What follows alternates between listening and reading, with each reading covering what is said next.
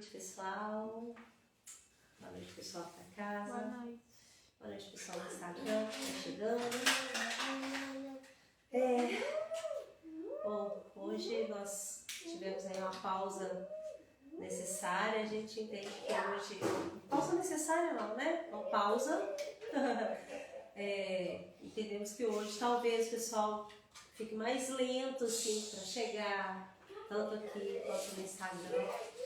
Mas estamos aqui, vamos cumprir o nosso cronograma de trazer esse estudo que é um tema muito essencial, muito tem sido falado, né, Sandra? E que é muito importante a gente ouvir sobre esse tema, estudar sobre esse tema e trazer isso para o nosso cotidiano, né? Então, vou deixar vocês aqui, vamos ficar todos aqui com a Sandra, que vai falar sobre o espírito integral, o grito da independência mental e emocional. Então, só desse título a gente sabe da importância que é esse estudo de hoje, né? Sandra trouxe pra gente uma surpresa aqui, que é um violão, né? Então, a nossa prece de hoje vai ser com uma canção. Tá bom, Sandra? Seja muito bem-vinda. Muito obrigada pela... Hoje eu fico para tocar porque vocês precisam... Eu posso virar a câmera, não tem problema, porque aí depois, se for o caso... Boa noite, minha gente. Boa noite.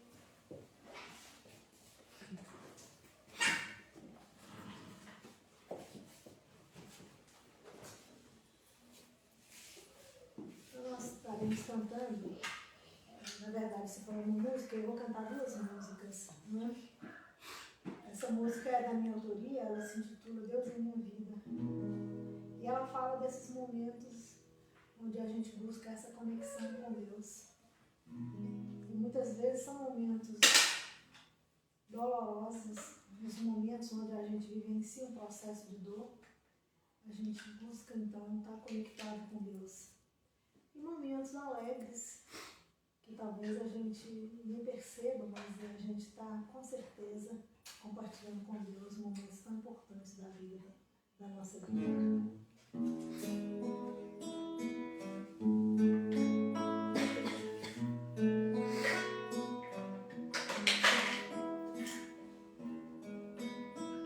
Te encontro em cada momento, te vejo nas ondas do mar, no céu salpicado de estrelas, na ternura de um doce olhar.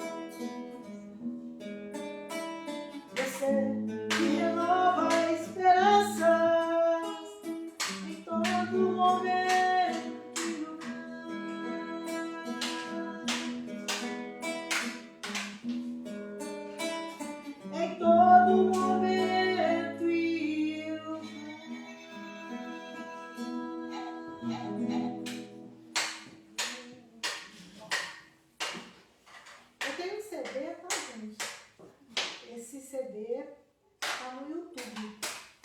É só vocês acessarem lá, Sandra Miramar. Vocês vão encontrar o meu CD. Eu tenho 10 músicas nesse CD. Bom saber. Bom. Essa música chama Amazing Grace, que é a Maravilhosa Graça, é um clássico americano.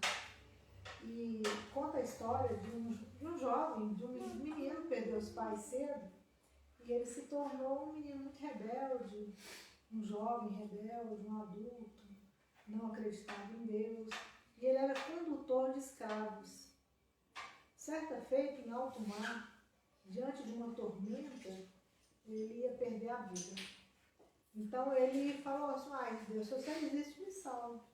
E ele foi salvo. Então naquele momento, ele sentiu uma graça muito especial. E aí ele escreveu essa música, Maravilhosa Graça. E a música é um clássico americano cantado pelos negros americanos. É muito bonita. Escutem.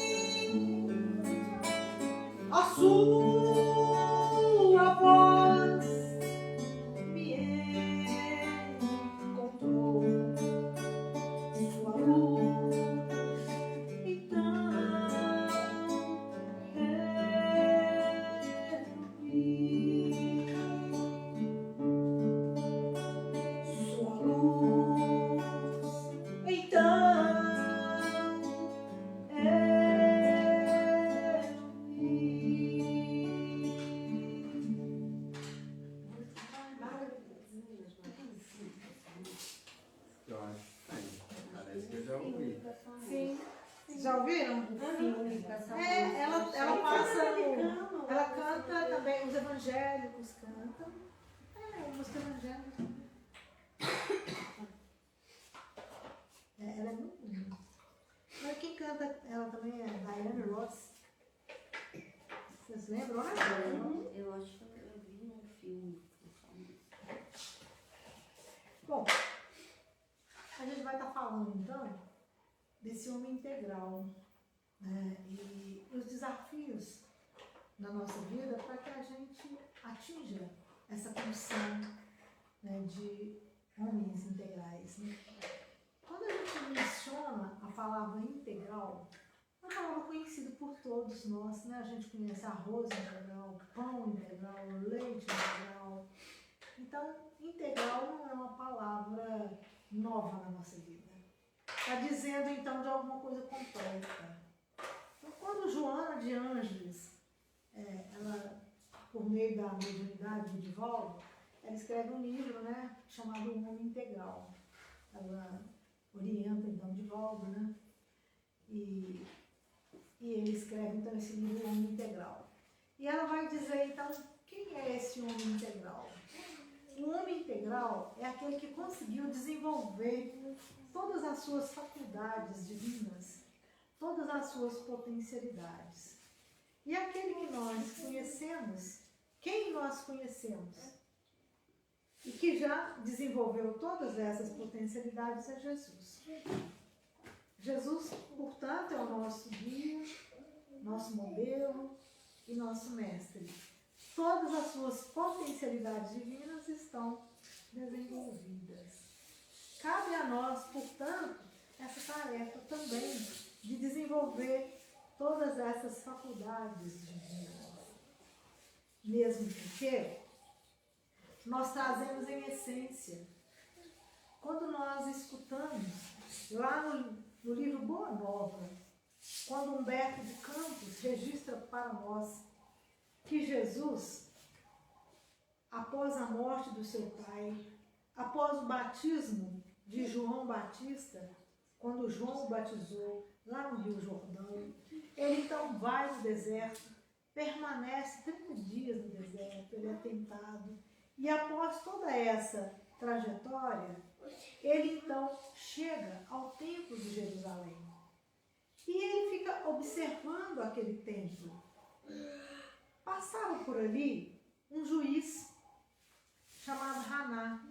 Haná seria o juiz inclemente da sua causa no momento onde ele foi crucificado. Haná participava daquele momento onde decidia-se o destino de Jesus. Então esse mesmo Haná, quando ele vê Jesus pela primeira vez, ele se encanta com a majestade de Jesus. E pergunta para ele: Galileu, o que fazes aqui na cidade? Ele viu que ele era Galileu. E aí ele diz, Jesus responde para ele: eu vim fundar o reino de Deus na terra. E ele diz assim: reino de Deus?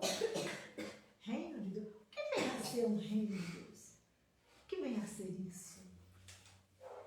E Jesus então, né, esclarece para ele que ele estava aqui para fazer isso. E aí, não nos interessa o diálogo posterior nesse momento. O que eu quero, então, que a gente reflita, é que Jesus, então, dizia para ele que a tarefa que ele viera fazer ao mundo era a tarefa de fundar o reino de Deus no coração dos homens. Então, é essa tarefa que talvez a gente não tenha entendido até então. Porque Jesus, ele foi prometido, e todas as religiões antigas, todos os sacerdotes, eles anunciavam a vinda de um Salvador. Em todas as religiões mais antigas, porque eles eram também missionários de Jesus, eles eram trabalhadores do Cristo, eles fazem parte dessa pleiade de Jesus. Então todos esses missionários, eles vieram em locais distantes, locais distintos, mas traziam a notícia: virá um Salvador. Aguardemos esse Salvador. Então, o Salvador era guardado pela humanidade. Mas apenas um povo carregou essas características com muita firmeza. Enquanto todos os povos eram politeístas, apenas o povo de Israel manteve a crença no Deus único. E, em detrimento a isso, é que eles recebem, então, Moisés, que vai trazer a lei. Mas os outros profetas que nós vamos encontrar, que nós vamos nos deliciar na leitura do Velho Testamento, eles vão falar da vida desse Salvador. E esse Salvador Salvador é tão descrito, especialmente por Isaías, que Isaías descreve toda a epopeia do Salvador aqui na terra. E aí Isaías vai dizer que ele não fora recebido pelos seus. Ele não foi acolhido pelos seus. Porque Jesus, esse Salvador, que eles tanto aguardavam, ele decepcionou, irmãos. Porque se Moisés, que os libertaram, Moisés libertou o povo hebreu do jugo dos egípcios. E Moisés era um príncipe que fora educado sobre os auspícios dos grandes magos, dos grandes, vamos dizer assim, aqueles grandes homens que detinham as leis. Então Moisés, ele teve uma educação primorosa. Ele viveu num palácio. E Moisés trouxe a lei, trouxe o Pentateuco para eles. Então eles acreditavam que esse Salvador, se Moisés os libertou do jugo do egípcio, do rei, né, do faraó, enfrentando as 10 pragas, transformando o mar, ou seja, fazendo vamos dizer assim, tantas aparições físicas que deslumbravam para que aquele povo acreditasse naquele Deus único. Então eles pensavam, se Moisés foi tão grande, o Salvador deve ser um rei. Com certeza, ele virá numa carruagem. E se Moisés nos libertou do povo egípcio, o rei vai nos libertar dos romanos, que cobram tanto juro, dos romanos que nos subjugam. Temos que pagar impostos caríssimos. Não, esse Salvador, ele vai nos tirar dessa subjugação a que somos submetidos pelos romanos. Então eles viviam lendo os seus pergaminhos e confabulavam quando será que o Salvador chegará. E eles aguardavam esse Salvador realmente como um grande Salvador. É ele que trará para o povo romano o cetro da vitória. Fará com que nós nos tornemos o povo mais importante do mundo. Mas além do mais, nós somos estudiosos da lei, nós poderemos também subjugar o povo grego, a Grécia, portadora de tantos conhecimentos. Esse era o sonho do apóstolo Paulo. Subjugar Roma e Atenas. Então aguardavam um rei. Mas quando o rei chega, é uma grande decepção, apesar deles saberem tudo o que estava escrito. Como é que eles poderiam imaginar que aquele rei nasceria de uma mulher que não tinha, que não convivera com os grandes intelectuais da época? Como é que eles poderiam imaginar que a mãe do Salvador pudesse ser uma mulher simples de Nazaré? Nazaré era um lugar que não tinha nenhuma indústria, que as suas ruas eram descalças. Nazaré era um lugar de grande pobreza. Lá tinha pescadores e aqueles que entregavam hortaliças. Como é que naquele lugar poderia nascer um Salvador e muito menos uma mulher escolhida para ser a mãe do Salvador? Jamais poderiam aceitar Maria como a mãe do Salvador. E muito menos o Salvador, Jesus. E Jesus, cumprindo a profecia, ele vai nascer em Belém. Porque estava escrito que ele nasceria em Belém. Mas aquele povo era muito orgulhoso para aceitar tamanha humilhação. O Salvador nasce, portanto, na cidade de Belém. E por incrível que pareça, né, se os judeus não aceitaram Jesus, nós vamos deparar com 3 reis, vindo de locais distintos, acompanhando uma estrela que os guiava. Essa estrela, ela chega exatamente lá em Belém. E ela vai deparar, a estrela vai parar em cima de uma manjedoura. Como é que o mundo poderia aceitar um Salvador que nasce numa manjedoura? E que nessa manjedoura ele tem como as pessoas que vão visitá-lo são os camponeses, são pessoas do campo, são os animais. E as suas vestes são panos simples. Porque não houvera lugar para o menino nascer. Ele não conseguiu, Maria não conseguiu encontrar nenhuma hospedaria, nenhum lugar no mundo coube Jesus, exceto numa manjedoura. Então ele traz para nós a lição mais importante para que a gente consiga alcançar as outras virtudes. A lição da humildade. Então Jesus aponta para nós que é por meio da humildade.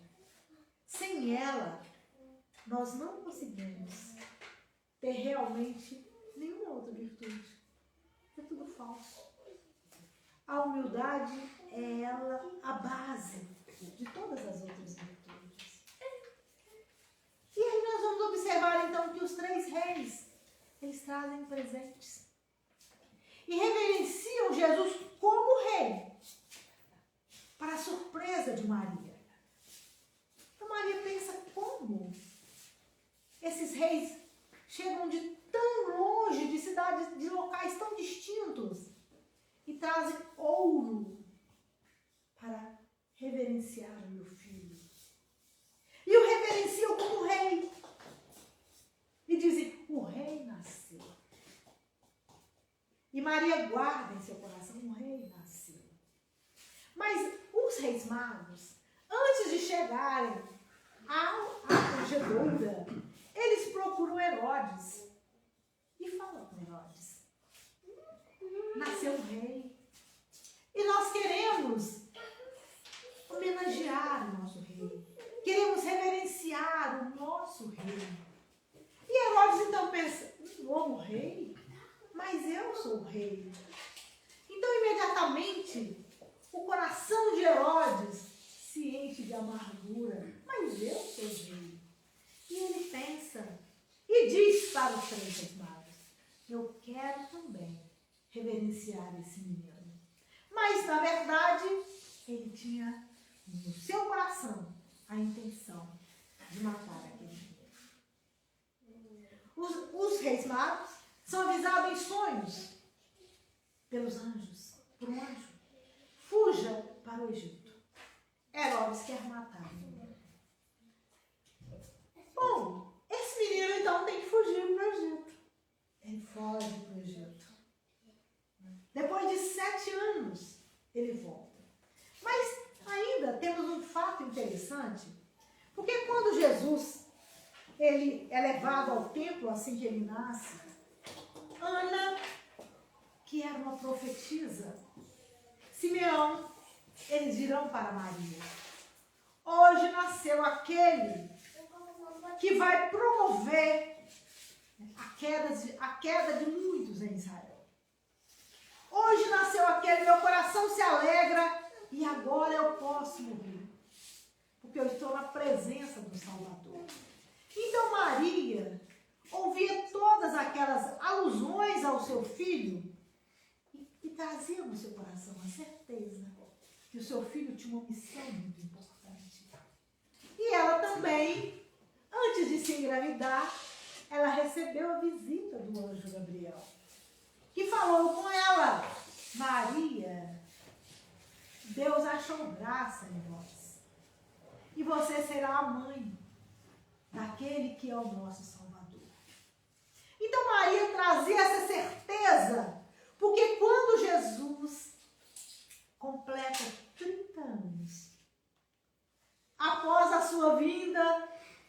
ida, na verdade, lá no templo, a conversa que ele teve, portanto, com aquele juiz, Haná. Maria então convida Jesus para uma festa de casamento. E naquela festa, quando o vinho acaba, ela chega até Jesus e diz: o vinho acabou. E ele diz: o que eu tenho contigo, mulher? O que eu tenho com isso? Ela olha para ele e fala assim: é chegada a sua hora. Essa é a hora. Muito interessante, então, como Maria teve aquela percepção. É chegada a sua hora. Então Jesus obedece a sua mãe. E ele vai até o garçom e pede para que ele encha as talhas de água. E ele faz uma oração e pede para o garçom observar, né, que bebida era aquela. E era um vinho de mais alta qualidade. Então, naquele momento, Maria entende. Ele é o Filho de Deus. Os estudiosos dirão que ela não compreendia muito bem a missão do seu filho. Mas ela tinha aquele amor de mãe. Mas o que a gente está querendo, que eu quero voltar novamente, é quando Jesus, então, fala com Haná: eu vim fundar o reino dos céus no coração. O que isso quer dizer para nós? Significa que nós trazemos na nossa intimidade esse reino. O reino está em nós. Jesus vai dizer: o reino do céu está em vós. E esse reino representa a nossa consciência desperta. No livro dos Espíritos, vamos encontrar a resposta dos Espíritos a Kardec. Deus se encontra na nossa consciência. Ele se encontra em germe. Porque quando o Pai, o nosso Criador, que cria espírito e matéria, ele cria espíritos que são princípios inteligentes e que nós trazemos na nossa intimidade um conjunto de virtudes, de faculdades, para que a gente possa desenvolver ao longo das nossas reencarnações. E é por isso, então, que saímos do Criador na condição de princípios simples e ignorantes. E vamos fazendo a nossa trajetória evolutiva, passando pelo reino mineral, vegetal, animal, até que, e nos reinos mineral, vegetal e animal, nós fazemos todo o nosso processo de desenvolver essas potencialidades divinas sob um determinismo divino, sob uma lei que rege o nosso caminho. A partir do momento que esse princípio inteligente faz a sua primeira encarnação como homem, ele adquire, vamos lá, adquire o livre-arbítrio. Então, o livre-arbítrio aponta para nós o pensamento contínuo. Então, quais são as características desse espírito que faz a sua primeira encarnação? Livre-arbítrio, pensamento contínuo. Se tem livre-arbítrio, tem responsabilidade. Se tem responsabilidade, significa que nós temos um destino construído por nós, causa e efeito. Mas mais do que isso, a nossa consciência desperta. E passamos a conduzir a nossa vida. E a partir desse momento, nós vamos trabalhar com a nossa razão. E a razão faz com que a gente desenvolva o discernimento. Por isso, então, lá no Livro dos Espíritos, nós vamos deparar com o gozo, os atrativos dos bens materiais. O gozo dos bens materiais. E Kardec pergunta, por que é que nos bens materiais há atrativos? Por que é que há gozo nesses bens materiais? Para que a gente desenvolva a nossa razão, ampliando o nosso discernimento. Ou seja, na medida que a gente amplia a nossa razão, na medida que a gente amplia o nosso juízo, o nosso discernimento, nós estamos ampliando a nossa consciência. Então, se a consciência está desperta, o trabalho a ser realizado por cada um de nós é a ampliação da consciência. Então, a gente vai encontrar Joana de Ângeles, na sua série psicológica, ela vai falar de autodescobrimento, autodescobrimento, autoiluminação, que na verdade é o quê? A consciência que vai se expandindo, que vai se ampliando. Então vejamos, todas as nossas ações precisam ser pensadas. Todas as nossas ações precisam ser analisadas. Por quê? As tentações, elas nascem dentro de nós. Nós temos o hábito de dizer assim, nossa, que tentação, meu Deus, alguma coisa externa. Quando nos chama a atenção, a gente diz, não, que tentação. Não, a tentação não está fora, ela está dentro. Mas é só por meio da razão, só por meio do juízo, do discernimento, que eu vou dizer o que o apóstolo Paulo nos ensinava. Tudo me é lícito, mas nem tudo é essa questão.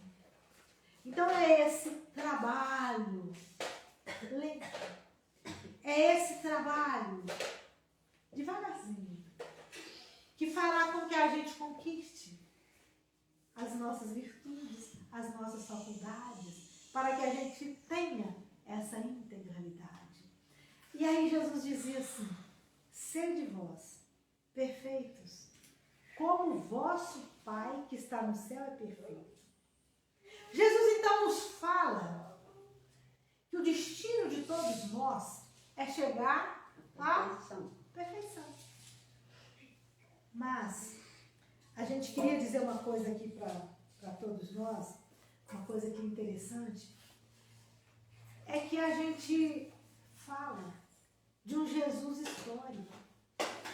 Então, quando eu comecei a contar a história de Jesus, aquele homem simples, aquele homem, então, que vivia em Nazaré,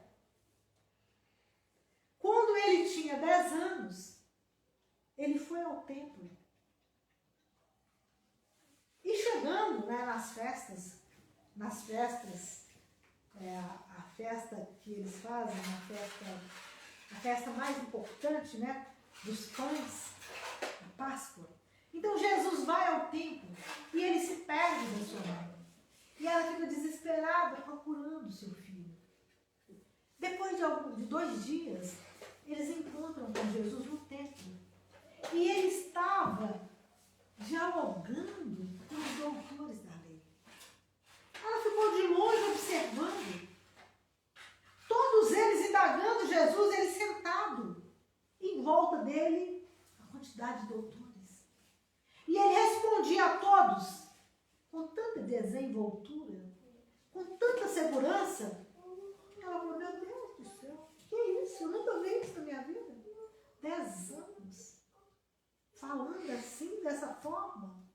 Então ela ficou muito preocupada. E falou com ele, mas peraí, como é que você faz isso? Deixa a gente tão preocupado, não nos avisa? Ele diz assim, eu estou cuidando das coisas do meu pai. Ela fala assim, que resposta isso? Estou cuidando das coisas do meu pai.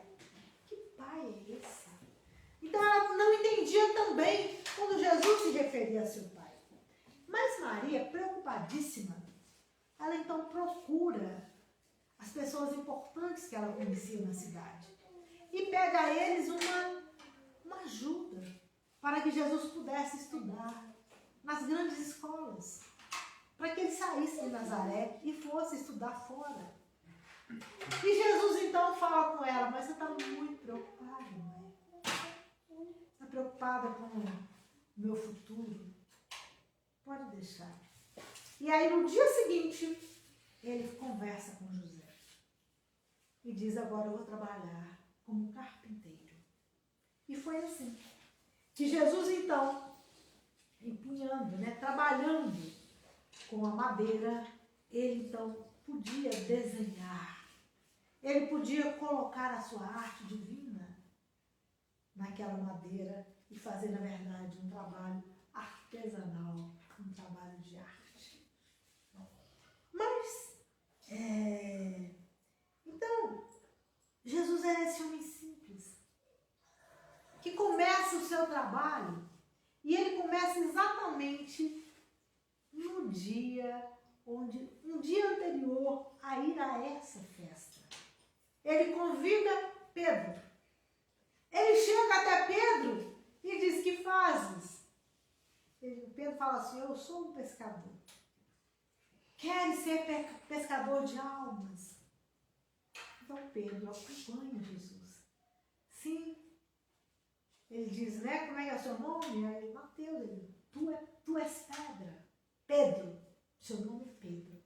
Pedra, tu és pedra. E sobre essa pedra eu edificarei a minha igreja. E aí Pedro fica entusiasmado e segue Jesus. Aí João, Tiago e todos eles. Então, para os judeus, como é que aquele homem que escolhe para o seu colégio apostolar, para compor o seu grupo, pessoas iletradas, analfabetas, pobres, como é esse colégio apostolar do Cristo? Como é que esse homem que se diz Salvador conversa com mulheres de má vida? Como é que esse homem diz para nós, dai a César o que é de César e a Deus o que é de Deus? Porque naquele momento ele interrompe a guerra, ele coloca um ponto final naquela dissensão que existia entre os judeus e os romanos. Dê a César o que é de César e a Deus o que é de Deus. Naquele momento, quando ele diz, perdoai, não 70 vezes, não 7 vezes, mas 70 vezes 7. Aquele que tiver sem pecado, atire a primeira pedra. Quando ele diz, amai-vos uns aos outros, como eu vos amei. Os judeus não podiam entender. Os judeus não podiam entender. E mais, Jesus cura Lázaro. Lázaro era um homem conhecido na cidade. E ele já estava morto, já havia alguns dias. O seu corpo estava com odores fétidos. Todos sabiam que Lázaro havia morrido havia 3 dias. E ainda saíam odores fétidos. E Jesus se aproxima daquele túmulo e diz, Lázaro, vem para fora. E Lázaro sai, cambaleando e olhando para as pessoas. Esse milagre, a ressurreição de Lázaro, era uma contestação pública que aquele homem era diferente, que aquele era o Messias. Por isso os judeus determinaram naquele dia, ele tem que ser morto. E Lázaro também. Porque agora não é possível mais enganar o povo. Não é possível mais, né, criar o tal dos fake news. Não é possível mais criar mentiras. Não é possível. Porque agora todo mundo viu. Por que Jesus fazia os seus milagres? E aí ele diz, não, vocês que estão imaginando, não é verdade. Então, na verdade, a mentira começa a ter muita força naquele momento. E Jesus foi condenado em cima de mentiras, das fake news, né? Em cima de mentiras. Um tribunal foi criado onde eles descreveram uma peça condenatória falsa. E todos aqueles que pediam a morte de Jesus eram falsos. Eles foram comprados para mentir. Então, a partir daquele momento, a gente já vê que a fake news já andava solta, né? Como anda até hoje. Muito bem, minha gente. Mas, naquele momento, os judeus falaram, esse homem, ele precisa morrer. Porque ele está falando coisas que ferem tudo aquilo que a gente acredita. Ele está pedindo para a gente amar até os inimigos. Ele pede para a gente perdoar. Ele diz que somos irmãos. Isso não é possível. Esses ensinamentos não é possível. Vamos eliminá-lo para o bem de todos nós. Foi assim. Então, quando Jesus diz assim, Pai, perdoai-lhes, eles não sabem o que fazem. Os romanos dizem, sabemos sim. Eles dizem, Jesus, nós sabemos sim. Foi muito importante te eliminar para que a gente mantenha o nosso posto, para que a gente mantenha o nosso poder, para que a gente mantenha o nosso status quo. Então, essa é a nossa questão. Não é? Para que a gente possa atingir. Porque esse é o nosso propósito. Não é possível perder uma reencarnação brincando. Nós não podemos perder tempo. Porque nós sabemos que para reencarnar hoje está muito difícil, né, gente? Os casais não querem mais ter filhos. Eles preferem ter um cachorrinho. Como é que a gente vai reencarnar? Aí quando vem gêmeos, vem trigêmeos. Mas por onde vem? Nos lares mais simples.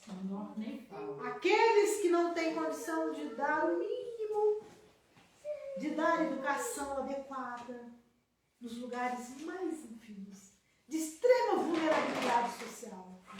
Geralmente com meninas, que muitas vezes querem abortar, mas não conseguem. É assim. Então vejamos o que a gente queria deixar aqui para nós de reflexão. Porque uma coisa, minha gente, é o Jesus histórico. Porque vejamos, os judeus, eles ficaram anos e décadas, séculos, esperando o Salvador. Eles tinham a certeza de que a vinda do Salvador era para a felicidade deles. Só que a felicidade que eles aguardavam era a felicidade que Jesus não dá. É a felicidade do mundo. É a felicidade material. E Jesus trazia a felicidade espiritual. E aquele povo não entendeu. Mas eu quero dizer que a gente também não entende. Que até hoje nós estamos matando Jesus com fake news.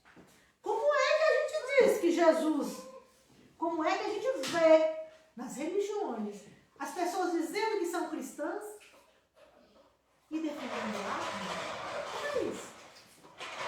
Como é isso? Jesus diz que perdoai até 70 vezes. Moisés, o quinto mandamento é não matar. Então Jesus pede para amar o inimigo. Se te bateres numa face, ofereça a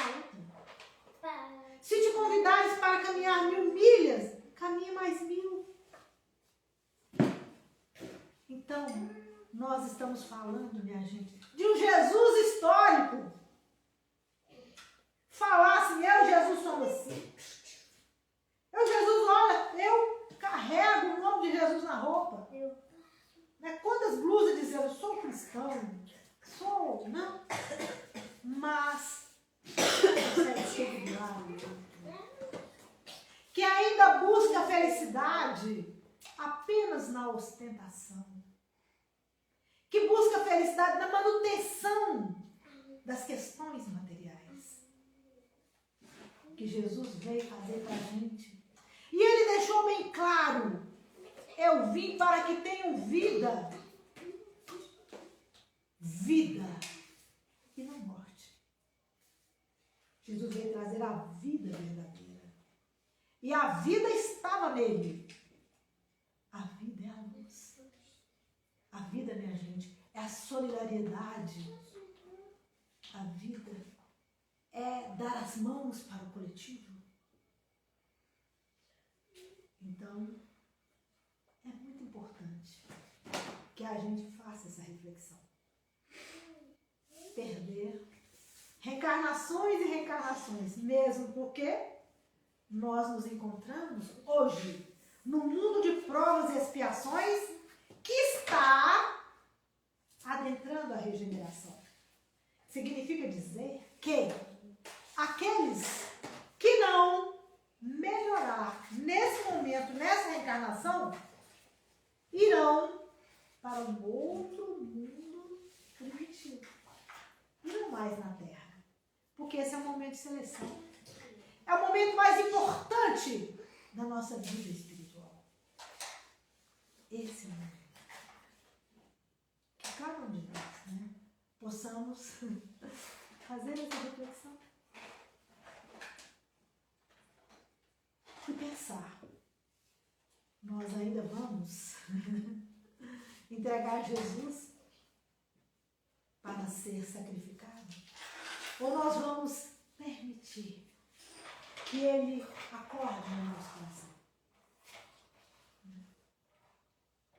Que Ele possa transformar a cada um de nós, para que as nossas faculdades possam se tornar, portanto, reais, para que seja ampliada a nossa consciência. Ok, minha gente? É isso. Vocês querem falar alguma coisa? Eu falei? Não fala. Muito bom. Reflexão necessária no nosso momento de vida, né? Reflexão muito necessária. É o que a gente vem falando, né? A gente precisa entender o que é esse propósito, né, do amor, né? Entender o que é o amor, né? Porque a gente não pode repetir a história. Olha a oportunidade que nós tivemos. E a gente entregou Jesus. Verdadeiramente. A gente não pode repetir. Depois de 2021 anos, repetir a história apenas para manutenção das nossas aparências. É preciso que a gente tenha a humildade de reconhecer que a gente equivocou, que a gente errou, mas que a gente quer acertar. Então eu vou encerrar, minha gente, posso encerrar? Com a música Noite Igual, que fala de Natal. Também está lá no meu CD, tá? Eu não trouxe meu CD para vocês, né? Geralmente eu trago quando eu vou no Natal pela primeira vez, eu esqueci. Você vai voltar? Ai, difícil. Olha, para mim fazer esse estudo eu lembrei do Paulo. O apóstolo Paulo. Sabe por quê? Quem me trouxe aqui foi meu marido da outra vez. Eu, assim, morro de medo de descer morro.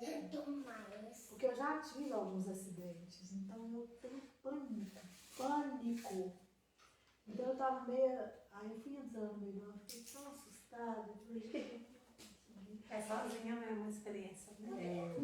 Mas aí eu lembrei do apóstolo Paulo, né? Aquelas viagens tão difíceis. Vamos lá, né? É isso mesmo. Então, ó,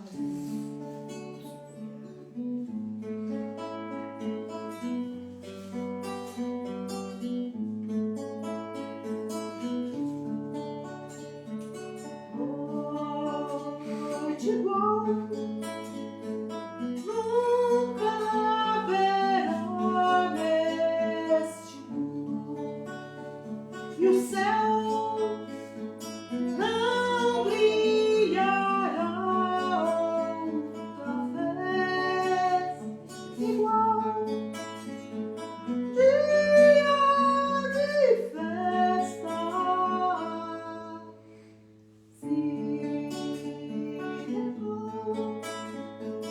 anjos cantando, é Natal. Nasceu o Cristo, o Mestre bom, para mostrar que no coração há um lugar para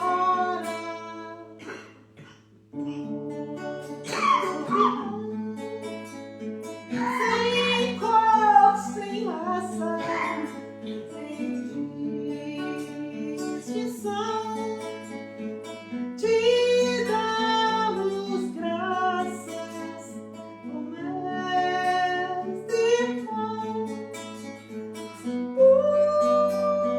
por nascer entre nós a cada dia que vem junto com nós, trazendo paz, esperanças de ver os amores.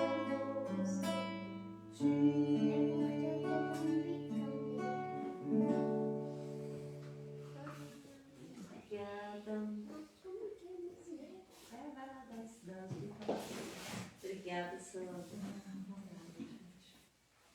Deixa você dar os recados pra cá. Você não esquece. Ai, um bicho. Tem um bichinho aí. Então, eu vou dar os recados, né? Na segunda-feira. Não, mentira, terça-feira, né? A gente tem a mentalização, então, se tiver, né, alguém que queira colocar o nome, né? Tá precisando de um tratamento e tudo, ele é feito à distância, pode entrar em contato pelo Instagram ou pelo WhatsApp, né? Da casa, que também está lá disponível no Instagram. Dia de quinta-feira estamos aqui com o Bazar. Na semana que vem teremos Black Friday no Bazar, então podem vir tudo com 50%, tá? Também recebemos doação e o Bazar funciona de 5h30 até as 7 horas da noite. E aqui, 7h30, começamos a reunião, tá bom? Temos atendimento na casa também, pode mandar pelo Instagram, né? Ou, mais uma vez, né, pelo WhatsApp, que a gente agenda e tudo, ele é agendado, tá? E aqui na casa a gente tá vendendo, né, os livros, mas se eu não me engano ele ainda está no destaque, né? Então pode mandar no direct, caso queiram também, mas também estão à venda aqui na casa. No mais, venham pra cá. Boa Depois noite. então eu vou deixar os meus CDs pra vocês venderem. 10 CDs pra casa, né? Que romântico. Obrigada. Então é isso, gente. Teremos CD da Sandra também. Bom demais. Muito obrigada, agradecemos bastante. Vamos ver como é que eu faço pra entregar isso pra vocês. Tá bom. É isso. Obrigada.